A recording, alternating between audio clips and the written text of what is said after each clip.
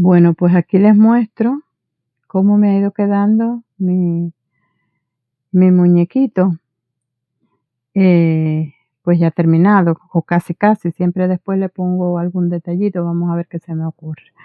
Y entonces continúo con mi historia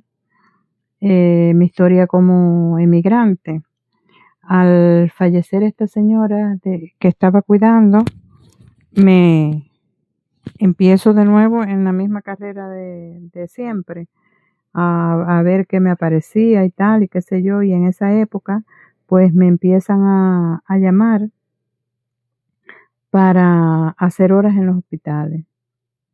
Y entonces, pues al final en hospitales, pues me fui a hacer horas en los hospitales, porque al final en los hospitales se trabaja menos y se gana más. Lo que pasa que al final es como un poco más inestable. Y entonces, pues nada, ahí me pasé un poco unos meses en eso así. En esos meses me avisaron para que estaban haciendo un curso. Otra cosa de mi experiencia, desde que llegué, yo estoy anotada en todas las empresas de trabajo que hay. Yo estoy anotada en el INEM, pero siempre estoy ahí. Yo cada 3 meses sello, si no estoy dada de alta, por supuesto. Cada 3 meses sello en el ayuntamiento. Hay otra empresa de trabajo de esto, que gestionan trabajo. Hay por lo menos aquí en Albacete hay unas cuantas de otras que son privadas, que tienen bolsa de trabajo. Y aparte, estoy anotada también en la bolsa de empleo de Cáritas y la de la Cruz Roja. Yo me anoté en todas, en todas, en todas, porque además eso te da más garantía de que por alguna parte te quedas sin trabajo, en alguna parte pues te encuentras algo. Y entonces, pues nada, eso fue lo que hice. Y de Cáritas siempre me mandan a mi correo todos los trabajos que van saliendo, todos los cursos que van saliendo.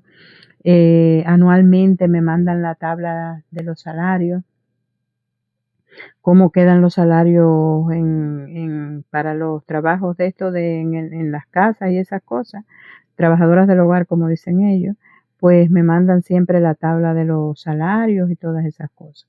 Y entonces, pues, me avisaron del curso ese un curso de iniciación de hostelería.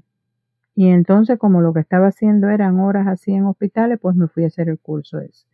Porque al final todos los cursos siempre traen beneficios, aunque sea conocer gente nueva, porque cada persona, cada vez que conoces personas nuevas, pues, o más oportunidades, porque unos te avisan de una cosa, otros te avisan de otra, y así nos ayudamos entre todos. Y entonces, pues nada, me fui para allá para el curso ese, que me fui. También lo empecé con una muchacha que era cubana también, y allí conocimos un matrimonio de cubanos también. Y entonces, aparte de las demás personas que conocimos, por supuesto, y estuve haciendo el curso ese por 3 meses, y mientras tanto iba haciendo horas en los hospitales y tal.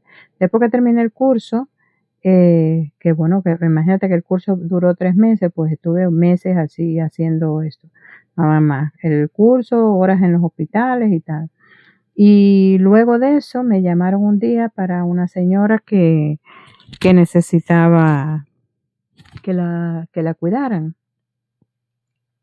Le había dado un ictus y tal, y qué sé yo. Pues resultó que cuando llegué a la casa la señora vivía con el marido, y nada, empecé a cuidarla, y muy bien también. Cuando llegué me dijeron que ellos habían sido dueños de un bar por muchísimos años, y ahí fue otro reto, porque dije otra vez, otro reto con lo de la comida, porque yo dije, cocinarle a una persona que se ha dedicado a hacer comidas para vender, pues es todo un reto, porque yo no soy cocinera profesional.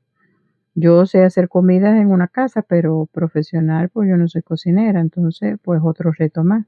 Pero al final, pues nada, entre la hija que me fue explicando cómo a ellos les gustaban las comidas, el hijo iba también, me explicaba de otras veces los invitaban me decían que no le hiciera comida, que los iban a llevar unas veces al bar, otras veces a restaurantes por ahí, qué sé yo. Y fue pasando el tiempo y nada, se acostumbraron a como yo le fui haciendo la comida y tal, y la verdad, gracias a Dios, nunca se quejaron ni me dijeron nada. Y lo que pasa es que esas personas, cuando yo empecé, estaban bien bueno, bien no, pero tenían su cabeza más clara. Y me coge la época de la pandemia con ellos. Y cuando empieza la pandemia, yo creo que bueno, lo mejor es que su enfermedad iba a seguir avanzando de todas maneras, pero bueno, se fueron deteriorando poco a poco, poco a poco, poco a poco, se fueron deteriorando en tiempo, porque me pasé muchísimo tiempo ahí con ellos. Se fueron deteriorando y llegó un momento ya que no se reconocían ellos mismos. A veces ellos le tenían 2 sillones en el salón, uno para cada uno al lado del otro ahí. Y a veces ella me preguntaba que dónde estaba su marido y lo tenía al lado. Y otras veces me preguntaba él por su mujer, otras veces ya dejaron de ir, ya no se reconocían uno al otro y confundían, el hombre confundía al hijo con un hermano que había tenido y había fallecido ya. Y así muchas cosas las confundían y tal. Y entonces, bueno, pues nada, al final tomaron la decisión, primero al hombre. Ya el hombre no se podía mantener en la casa porque al final ella no podía caminar, ella se sentaba en un sillón, yo la sentaba ahí y no, de ahí no se movía, pero el hombre sí caminaba y entonces pues nada, le dio por quererse ir para la calle, si le cerrábamos la puerta y le escondíamos la llave, pues entonces se ponía muy mal y entonces, pues, claro, no podía entender que en su propia casa lo estuvieran encerrando y nada, llegó un momento que tomaron la decisión de llevárselo a una residencia. Y después, a los meses, se la llevaron a ella. Quisieron ponerlos juntos en la misma residencia, a ver si estaban mejor y tal, pero nada, ella se fue deteriorando más rápido que él, dejaba de comer, me llamaron varias veces para que fuera a la residencia a que yo le intentara darle de comer, a ver si conmigo, como yo llevaba tanto tiempo alimentándole y todas esas cosas, a ver si conmigo comía un poquito y a veces lo conseguía, a veces no. Y así tuvo varios ingresos hasta que falleció la mujer. Y después, al poquitísimo tiempo, a los meses, falleció el hombre también. Y entonces ya, pues nada, vuelvo a la misma historia de nuevo. Después de eso, yo tuve la idea, ya mi hija había terminado la universidad, ya estaba trabajando, ya no tenía tanta presión de eso.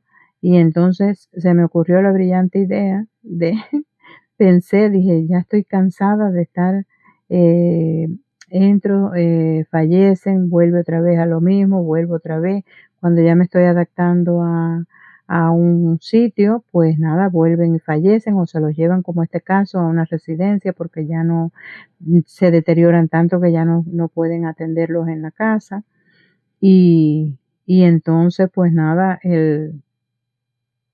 ya dije, no voy a intentar montar un negocio pequeño.